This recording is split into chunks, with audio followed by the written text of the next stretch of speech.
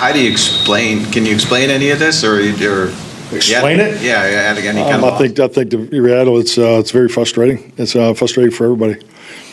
Frustrating for the players. Frustrating for the coaches. I know it's disappointing for the fans. We just aren't playing very well. Happens we're doing that at home for sure. We've had a big run of home games that we haven't done it, so we just aren't playing well, and it's at least a little bit the score. There were a lot of problems, Jeff. You were describing to us as, look, I mean, all you guys who played, you've all probably been on a bad team somewhere along the line when things. Meek actually never was. Yeah, I never was on it. But Jeff, when you were, what is the vibe with the Cowboys right now? Yeah, we got coaches shipping the Pelotons back to the house that their wife needs it. We got books being boxed and set aside. A lot of closed doors in the building. Like we got a lot of things happening that are deflating. It's a brutal time, and you see it on the field. You see it in the players' faces, but the coaches, man, I don't envy where they're sitting. Yeah, those closed doors or something. I've seen that. I've seen that a few different times. You walk by someone's office and they're just like, yeah, I need a minute. Right. I need a minute. Yeah, it's the worst of times in all seriousness, because I mean now people's lives are getting uprooted. Kids are asking dads about, hey, what does this mean for us? Yeah. Johnny's talking to me at home, talking about the coaching staff's going to get fired. I mean, tell her what she need to know, because you're going to be packed up right along with that Peloton real soon. You're going to be at a new school. So if she say no, don't worry about it. You may never see her again. Lewis here trying to get you to feel something like, hey, these real lives being affected. But you know what? Hey, what Dom is doing, he's saying, look, there's positives there. Yeah. I mean, you can make it. You can only live once, positive no matter what. Hey, Johnny, we can't stop the run, but that's all right. You might get a date. Let the record show we do not, as a show, endorse the punching of anyone, including bullets. Go ahead, Dan. What were you going to say? Well, I don't think it's the Cowboys' year. I don't. I think they're a little. What was your first hint? Yeah. I just wanted to get the conversation back to sort of the games at hand. Look, they are. The stadium is literally crumbling before the game. Like pieces of it are falling off, and like one of the all-time metaphors, right, for what's I think than we thought they were. And this is a major rebuilding project that's going to be, I do believe, some other coach's job. Yeah, that's why when there was discussion about should there be a move or is there a series of moves that they can make at the trade deadline, there was never anything that was going to fix this team. This is an off-season job. Yeah, it's an off-season job of the highest order, and quite honestly, look, I think you have to now peel back everything as far as your player acquisition and development program and just go, look, yeah, we've won some regular season games here in the past, but we are way far away. And I know that's going to dovetail into something that you suggest that they should do as far as trading certain players. Right. Which I was against at one point in time, especially considering, look, they have some good players at premium positions, but looking at the way they looked last night, it might be moving over your side. They told you at the trade deadline what they think, because the only pickup they made was a future-focused one, right? A receiver's got 2 years left on his deal. That's a great point. That's a great point, yeah. Yeah, they're thinking about the future. Yeah, I mean, and so as we start figuring out what the short-term future is going to look like, Dez Bryant, longtime Cowboy, obviously, played for them for 8 seasons. He went on Twitter last night and he tweeted this: "I am the Cowboys to the heart.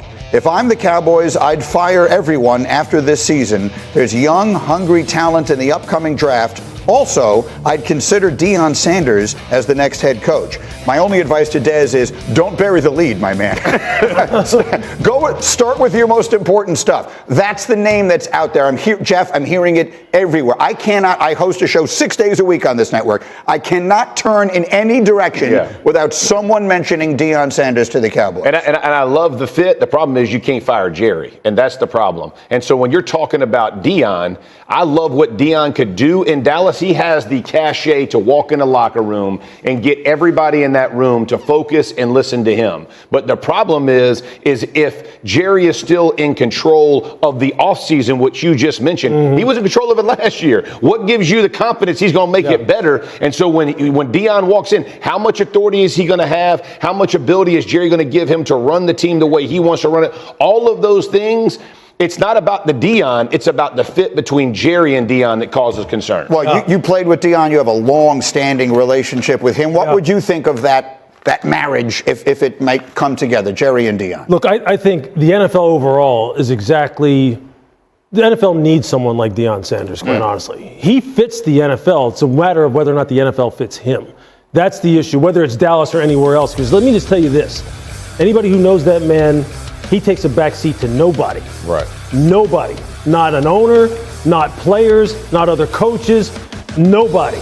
And for him to come to the NFL right now and have to deal with mega millionaires who don't want to practice, who don't want to play hard, who don't want to sacrifice, who don't want to listen, that would send him through the roof. See, he can control that to a large degree at Colorado and in the college game. I don't know if the pro game necessarily is what he wants, but I can tell you this, if I was an owner and I spent some time talking to him like I've talked to him and understand what makes him tick, I would be trying desperately to get him into my building. There's no question about that. It's just a matter of whether or not he wants it. Does the people you talk to around the league, do they feel like Deion to the NFL is a thing? That next year he'll be coaching? I don't have a handle on that. Look, it's one of those, it only takes one team, right? But I think the key point that Lewis is making is whatever team does hire him, if someone does, like he becomes the face of their franchise. In Dallas, that position is not open and is not going to be. That's right? Like that is Jerry Jones. Good point. Yeah. So like that to me is why I don't see that as the fit. It doesn't seem to me to make sense given his history for Jerry Jones to hire a coach that would attract that much attention. College coaches haven't had a bunch of success moving from college to the NFL. Maybe Deion Sanders will be different. I'm not sure. None of us really know consistently what it takes to hire a good head coach. So I'm not going to say that Deion can't do it. But I will push back on something that Lewis was saying is that like this caricature of the current player. That may be the player at certain places, but I think most places the guys do want to work hard and they do want to fight. And Deion, I think one of the mischaracterizations about Deion is that he's a flashy type of guy, which he is on the outside, but football for him is fundamental. Hey, don't get me wrong. I am not. Let me make this perfectly clear. He's as old school as it gets. Yeah, that's the point. Okay. Right. The flash, the prime time part of him, look, we know why. He has talked extensively about why he created that. He is an old school guy. That's what I'm saying. Look, and I'm not saying every player is a prima donna who doesn't want to work. I'm just saying, like, it comes with a different set of rules, so to speak, in the NFL than it does in college. And I just don't know if he wants to deal with that. Maybe he does. But let's talk about this, because part of this is the Dallas phenomenon. Yeah. You have a situation where players on the team have went after the quarterback, and the owner has allowed it and not come to his defense. Right. Yeah. Owner and general manager. There's a lot of drama that is carried throughout Dallas. That again, that to me is where I agree with you. Yeah. Does Deion want to deal with that? Like, I'm being real. Deion likes to shape men and wants people to be different. But so I like it. But I'm just saying, from his perspective, do you want to go deal with Jerry circumventing your authority? So nobody is simple enough for us to just make one kind of definition of who they are. But I find it interesting that we're talking about Deion doesn't want this sideshow, while Deion is also producing like reality shows on the side. I don't mean it that way. I mean his authority being usurped by the owner, not the drama. He can deal with drama. It's that part where he undercuts and allows his best players to argue amongst themselves in public. Good owners and good general managers and good coaches will not allow that to happen. The fact that it happens in Dallas is going to keep holding them back from their ultimate goal unless there is someone who is big enough and strong enough to change that. And maybe the argument is that Deion can do that, but I don't know that anybody. I just don't know.